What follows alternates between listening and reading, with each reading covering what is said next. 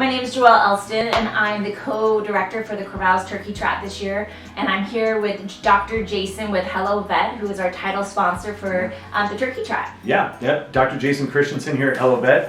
We're excited to be a part of this. Yeah, awesome. Yeah. Well, you are one of the experts when it comes to pets and dogs, and we really want all of our runners to have a great experience with their pet this year. So we're going to ask you some questions. Fantastic. Yeah, okay. Let's go for it. Let's go with the first one.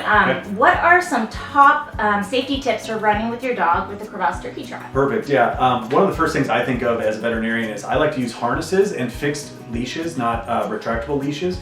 That's one of my favorite things to do with running with dogs. I always prefer to have dogs vaccinated because I'm assuming there's going to be a lot of dogs there. So you know, when they're breathing hard, they can spread disease when through saliva and aerosolization.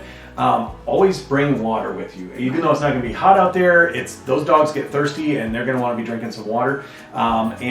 Just keep an eye on how they're doing. Just make sure that they're not having any kind of anxious moments or getting overwhelmed while you're out there with them too. So, well, speaking about anxious moments, you know, just kind of leading into that, what do you do if your dog is getting anxious out there? Yeah, so if dogs are getting anxious, a lot of times you know your dog pretty well. So if a lot of panting is happening, that is something that is a big stress indicator on these dogs.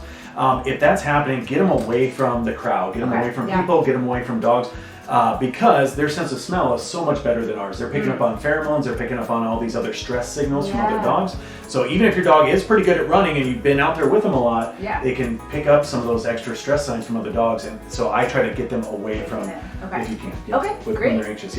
Awesome. How can pet parents tell if their dog is enjoying the run? I've always wondered about this. Yeah, again, you know your dog pretty well, typically whoever's watching here, and it's just something that you gotta look at body posture. So if their dog is relaxed, wagging their tail even, got their eyes up, looking around, that's a good sign. If they're hunkering down, got the tail tucked, the hackles are standing up, they could be picking up stress signals from other dogs, and that's something that is always good to look for. And one general rule of thumb is because you know your dogs really well, if anything's looking different for what you're used to out of them, that could be a sign that they're getting overwhelmed and we need to kind of step aside and take a break with them. So, awesome, thank you. How should participants prepare for their dog on race day? So we already mentioned the leash and the harness. So I like the full body harnesses because it doesn't put pressure on their neck and their trachea when they're running, allowing that air to flow as easy as possible. Fixed harnesses, or fixed leashes, not the retractable leashes, because those retractable ones can break. I've seen that happen and get into a dog fight or something. That's no fun. Bring poop bags. Once a dog goes on a run, they're gonna have to poop. That almost happens every time. Portable water and little water dishes, little collapsible water dishes. We will have water at the Hello Vet stand. So if anybody forgets water, we'll have some there and little dishes there. But poop bags, water, and the harness is a great thing. And then just make sure your dog's vaccinated. I think that's still, I've got to plug that again.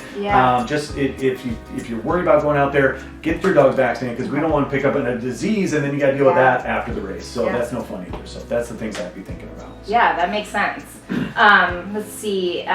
How can other runners interact with dogs when they're out at Turkey Trot? Because I know personally, I love dogs, and they're always coming in. So what's a good advice there? Yeah. So always ask the owner, whoever's got the leash in their hand, hey, is your dog okay to be petted? A lot of people will tell you yes or no, and kind of what to do as far as coming up to them. I always kind of start from the back end, or kind of go up, let them sniff the back of your hand or your front of your hands before you just reach over their head and try to pet them, because that is a kind of an aggressive thing for these dogs, and even eye contact can be aggressive. So if you kind of come from the side, kind of pet them after they've smelled you, that's a better way to do it. But if ever an owner says, hey, don't pet my dog, they're not just abide by that. I mean, that's a good way to get bit if the owner straight up tells you, hey, they're not ready to be attended to. So and let's see, what are some signs that your dog might need a break during the run? So it's kind of similar signs to stress. So panting, excessive panting could mean, hey, I'm trying to catch my breath, I'm panting, I'm running really hard. Dogs don't sweat like we do, so they need to expel their hot air through panting and try to get themselves cooled down. So excessive panting is probably like, hey, we need to calm down or at least let them walk for a little bit. Don't push them any harder. Let's see, other things could be just kind of the stress signals that we were looking for. So like the tucked head, the tucked tail, those kinds of things. I mean, those are big ones to look for. And just avoidance. You know, when a dog is not wanting to be there and they're tugging to go the other way, that could be a sign like, hey, maybe this isn't right either. So, Awesome. And I think, you know, just one of the last questions is, why is Hello Vet excited to kind of partner with us this year? You know, we're excited because we're locally owned, and we want to be a part of this community for a long time. I mean, we've lived here for about 7 years now. My wife and I obviously opened this practice here. We love healthy activities for families. We love just being a part of this community. So for us, it was a nice opportunity to pair with Corvallis Parks and Rec and Turkey Trot, and we just like to get out there, get our name out there, and show people what we're about, and it's just fun. Awesome. Well, Dr. Jason, thank you so much for the time today. It was great to kind of get some tips. I appreciate it. Yeah, you bet. And then just a couple of reminders about the Corvallis Turkey Trot, which will be this Thanksgiving, a week away. Thanksgiving morning at Crystal Lake Fields. 2 reminders: if you are bringing your dog, make sure that you have them leashed, like Dr. Jason said, and then also have them in the back of the pack when you get it lined up for the 5K, 10K.